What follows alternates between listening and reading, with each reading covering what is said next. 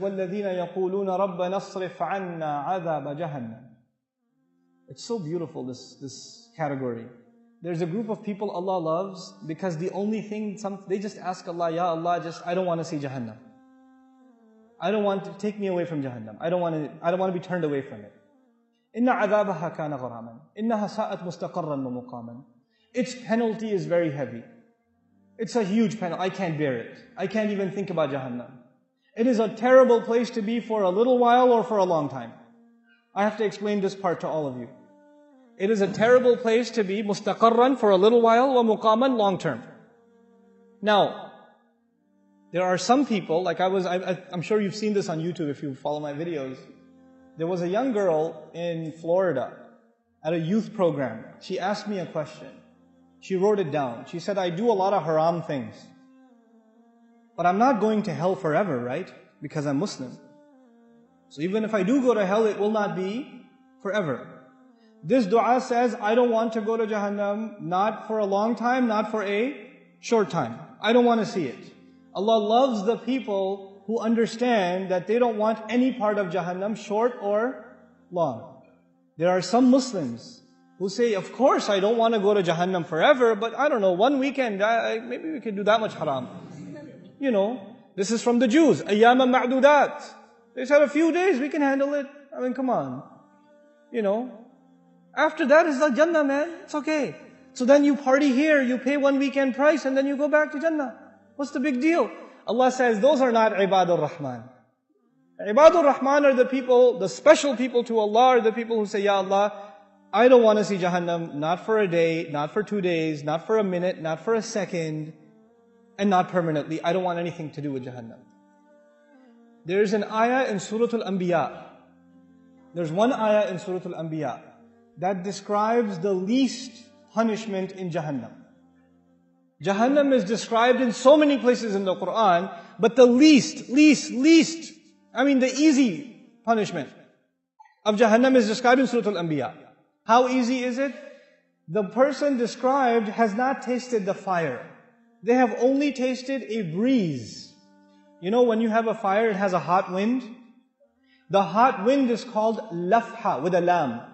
But the ayah doesn't use lafha. It says, وَلَئِن مَسَّتْهُمْ نَفْحَ, with a noon. With a noon, it actually means a cool breeze, not a hot breeze. And nafha is used when, when you close the door and some hot air comes in, as you're closing the door, that the air that comes in or goes out, that's called nafha. Allah says those people will taste a nafha, air.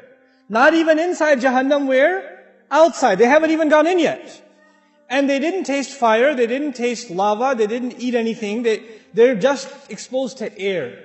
And it touched them barely. Massatum, it barely touched them. You know, sometimes you're boiling or frying things and something comes out and it touches you just a little bit. But that's not air. That's liquid. Allah doesn't say air, liquid will touch you. What does He say? Air will touch you and it will barely touch you for a split second. Split second it will touch you. That's it. And it won't even be the full-fledged air. It will be not nafhatu adhabi rabbik. It will be nafhatun min adhabi rabbik, min littaqleel. It's to make it very little bit of air. It's just tiny little bit. So it's not even the whole door was opened and the wind came in. It was like a tiny little, you know how you have window inside the window? A little bit of it opened and a little bit of an air came out and you felt it on your skin just for a split second. And then this is the only torture this person received. There is nothing else yet. And they're not even in hell yet. They're still outside. That's evident from the word nafha. He says, Ya waylana, the person swears, I have never felt more torture ever in my life. This is the worst, I must be in the worst part of hell. Wayl, the Rasul ﷺ describes wayl as the worst part of hellfire, so scary that hell itself is afraid of it. Jahannam is afraid of wayl. And this guy says, I must be in wayl. Ya waylana. He's not even inside yet.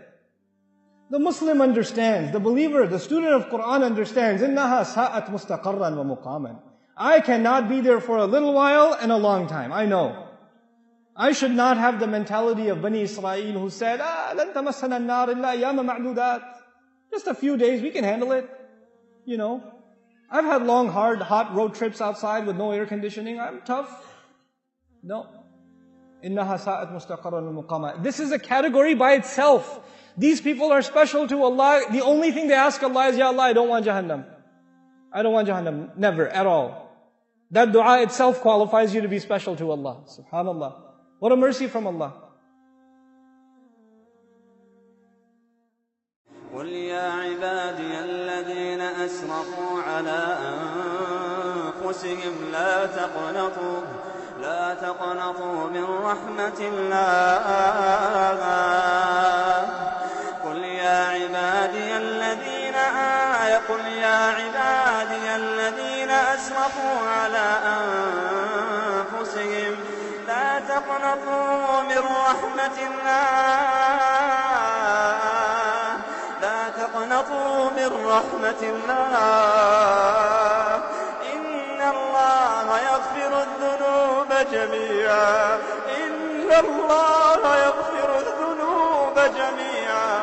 لا تقنطوا من رحمة الله. لا تقنطوا من رحمة الله. إن الله يغفر الذنوب. إن الله يغفر الذنوب. إن الله يغفر الذنوب جميعا. إنه هو الغفور الرحيم.